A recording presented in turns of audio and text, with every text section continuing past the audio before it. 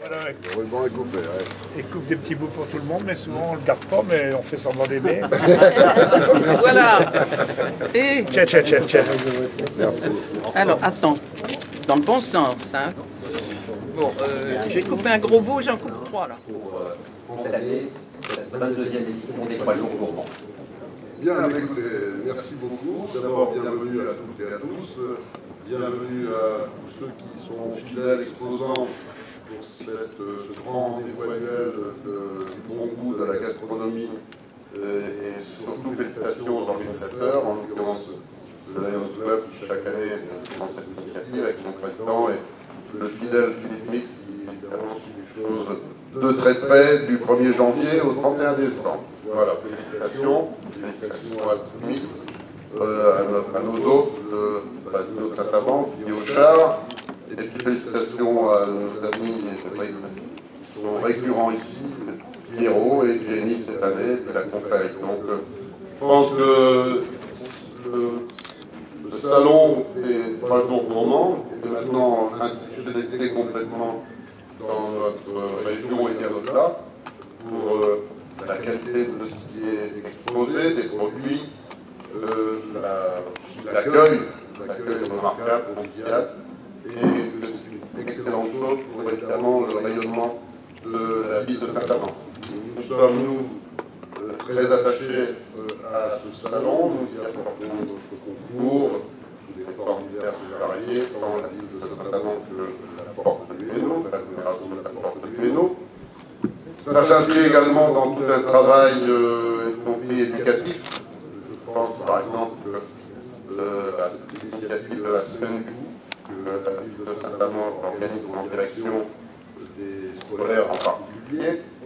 Je pense également au programme EPOD que la porte du Hainaut porte en direction des scolaires pour savoir bien manger avec tout un tas de règles culinaires. Tout ça s'inscrit donc dans un mouvement qui mérite d'être soutenu et on n'encourage pas à ne pas avoir une pensée pour que malheureusement dans cette situation de crise que connaît la société mondiale, européenne, nationale, régionale, voire locale, à ceux qui ont des difficultés pour pouvoir acquérir ces produits de qualité. Mais en même temps, il faut savoir que ce n'est pas une raison pour ne pas continuer. L'effet d'Arsène. Tout d'abord, bonjour à tous et merci d'être au rendez-vous des enfoirés. Pardon.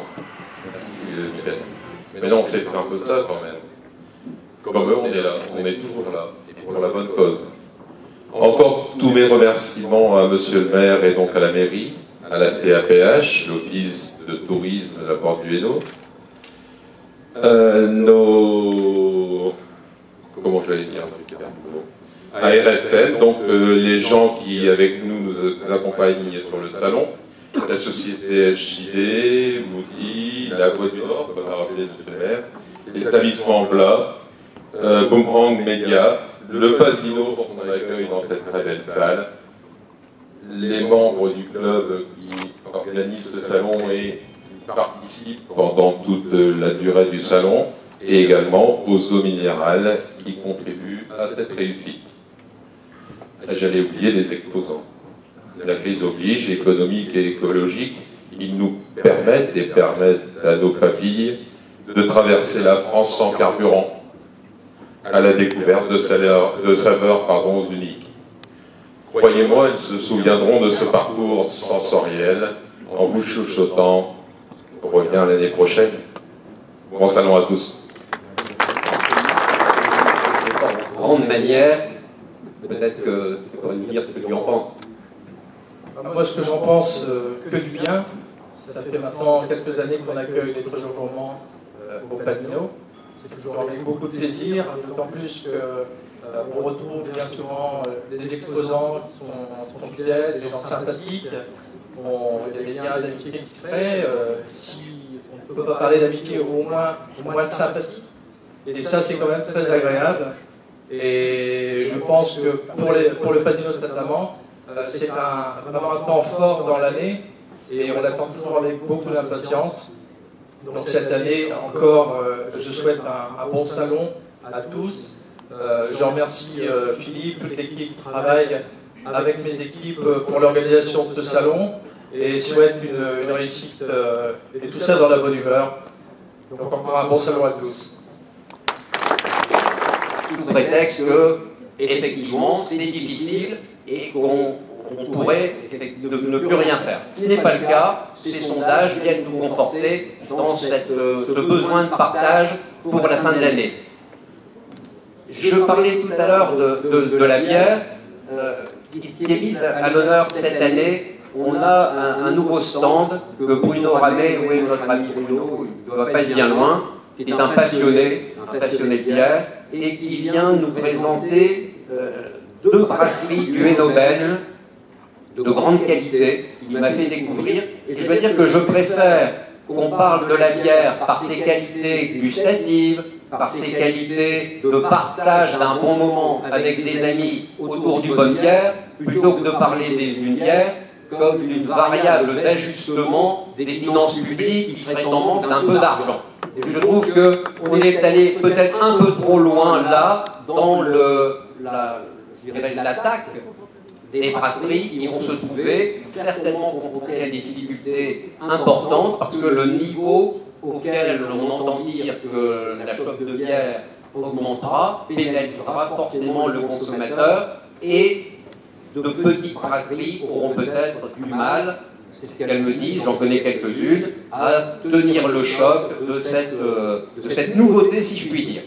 Et nos amis vignerons ne sont pas forcément en reste non plus, puisqu'ils se murmurent en terre européenne qu'on pourrait prochainement planter n'importe quoi, n'importe où, pour faire n'importe quel vin, qui ne serait pas cher du tout et qui ferait plaisir aux consommateurs. Là, il faudra m'expliquer comment, avec du mauvais, réparti n'importe comment, n'importe où, on pourra donner du plaisir aux consommateurs.